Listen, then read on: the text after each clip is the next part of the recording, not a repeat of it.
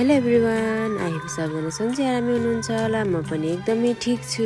बर्खा लागेसँगसँगै हरियाली भइसकेको छ। फाइनली हाम्रो चाहिँ मकै पहिले छरेको मकै चाहिँ खाने भइसक्यो। मम्मीले खानको लागि भनेर छर्नु गएको रहेछ। म चाहिँ फटाफट गएर मकै लिएर आएर पोल्नको लागि रेडी भएको छ।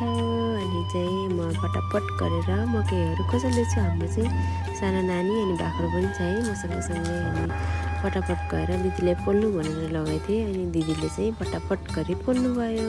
म चाहिँ मकै पोलिसकेपछि लिएर बाबाले खाना दिएको, बाबाले खाँदिनु भयो भन्नुभयो। अनि नानीले चाहिँ बेटा भन्ने खुसी हुँदै खायो होइन, कस्तो राम्ररी खाएको छ कि। अनि बर्खा लागे सँगसँगै मकै खाने सिजन चाहिँ सुरु भइसक्यो है हाम्रोतिर। मम्मी दिदी बाबा भनेर चाहिँ मकै खानु जानुभएको छ। अनि हाम्रो चाहिँ घरमा अङ्गुर फलिसकेको थियो अनि पाकेको पनि रहेछ। अनि म चाहिँ यसो हेरेको पाकेको रहेछ। अनि चाहिँ देख्न सक्नुहुन्छ हाम्रो घरको अङ्गुरलाई। आज चाहिँ मौसम यस्तो रहेको छ, एकदमै चिसो छ आज चाहिँ।